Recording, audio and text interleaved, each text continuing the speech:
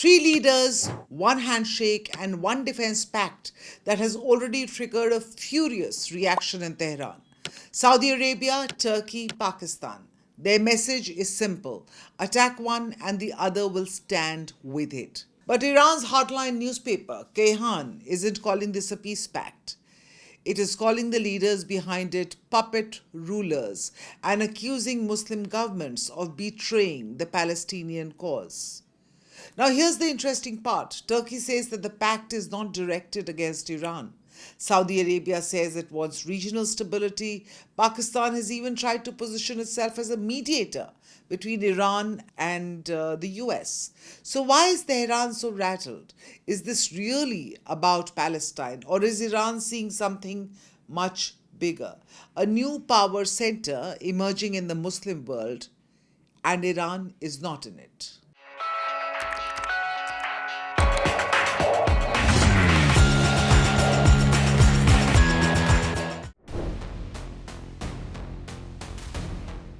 On August 7th, Saudi, Turkey, and Pakistan signed the Mecca Joint Defence Agreement. The principle is straightforward: an armed attack on one member will be treated as an attack on all three. And look at the strategic weight of these three countries. Saudi Arabia brings economic and energy power, Turkey brings a major military, a large defence industry, and of course, NATO experience, and Pakistan brings one of the world's largest militaries and is the only nuclear armed state among the three. Now, together, that creates a potentially significant security grouping.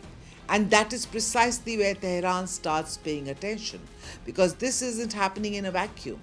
The Middle East is already undergoing a major security realignment, and Iran is watching a new grouping take shape among three major Muslim majority powers, while Tehran sits outside.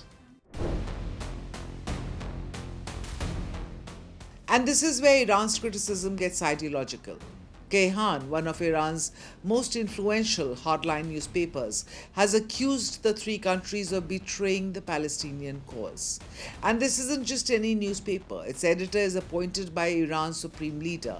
That does not mean that every editorial is an official government statement, but it does make Kayhan an important window into the thinking of Iran's hardline establishment.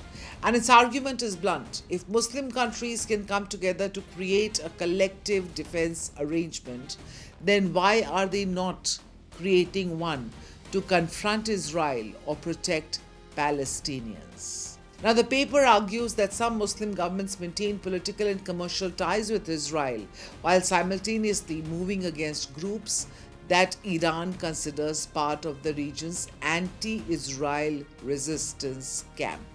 In other words, Tehran is accusing them of choosing geopolitics over the Palestinian cause, and the groups that Tehran is referring to are, of course, the Houthis, the Hezbollah, all the rebel groups that are part of Iran's axis of resistance.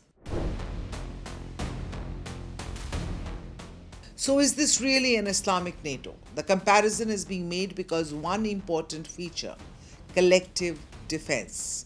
Turkey's Foreign Minister Hakan Fidan has compared the mechanism technically to NATO's Article 5. But Ankara has also been very clear: Iran is not named as the enemy. Fidan has said that Saudi Arabia does not have a strategy to attack or eliminate Iran. So officially, this pact has no declared Iranian target. Strategically, however, Tehran does not need Iran to be named, because geography tells the story itself. Saudi Arabia and Iran are long-time regional rivals. Turkey and Iran cooperate in some areas but compete for influence in others. And Pakistan has deep security ties with Saudi while sharing a border with Iran. So when these three countries create a collective security mechanism, Tehran naturally asks, who is this supposed to deter? Iran's feisty resistance against Israel and the US since March this year has boosted its image as one of the strongest nations in the Gulf who can stand up to the West. Whether countering the US missile for missile, drone for drone, Tehran's iron grip over the global oil choke point at Strait of Hormuz, All these things have borne testament to that.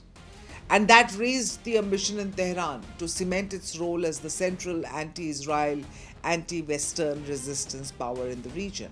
And yet, the Mecca Pact, seen by many as the NATO version of the Islamic nations, leaves out Iran. It is not only an insult to Tehran's newfound confidence, but also rules out a single Muslim strategic bloc. There are competing centers of power: Tehran, Riyadh, Ankara, Islamabad. Each talk about Muslim solidarity, each also has national interests. The Mecca Pact may be defensive. It may never become an Islamic NATO because the fault lines are already exposed. Iran sees a new security architecture taking shape without it. Its anger is aimed at the attempt to build a regional order in which Iran no longer sets the terms. So what's the bottom line? The old idea of a single Muslim world speaking with one voice was always more myth than reality. Now that myth is fully broken. Sunni powers are consolidating around Saudi Arabia, Turkey and Pakistan. Iran is doubling down on its own separate network of allied militias and ideological loyalty. Neither side is really fighting for Palestinians anymore, whatever the rhetoric claims. This is a contest for regional leadership. And as missiles keep flying across the Gulf, the Middle East isn't uniting against a common enemy. It's splitting into two competing camps, each one certain that the other has betrayed the cause. You're watching Times Access. I'm Aditi Prasad. Click on the bell icon below to like and subscribe to this channel and never miss a Times Access update. If they had a nuclear weapon, you would... The old rules are breaking. Alliances are shifting. I apologize again to the victims of the paedophile Jeffrey Epstein. Wars are redrawing maps. Oil routes can shake economies overnight.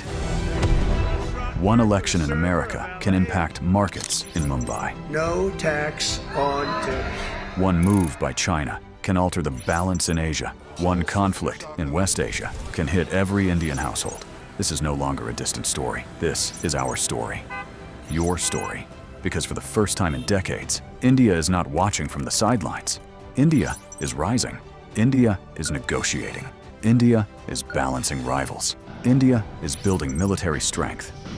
India is shaping trade routes. India is becoming central to the new global order.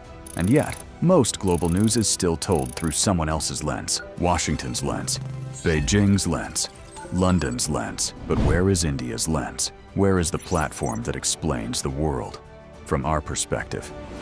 Welcome to India's Axis, a new destination for geopolitics, strategy and power seen through India's eyes. From Neighborhood Watch to the biggest global stories that matter to you. Why tensions in the Taiwan Strait matter to India. How one move by China can affect India's security. What turmoil in Pakistan means for regional stability. How Bangladesh, Sri Lanka, Nepal, and Bhutan shape India's neighborhood.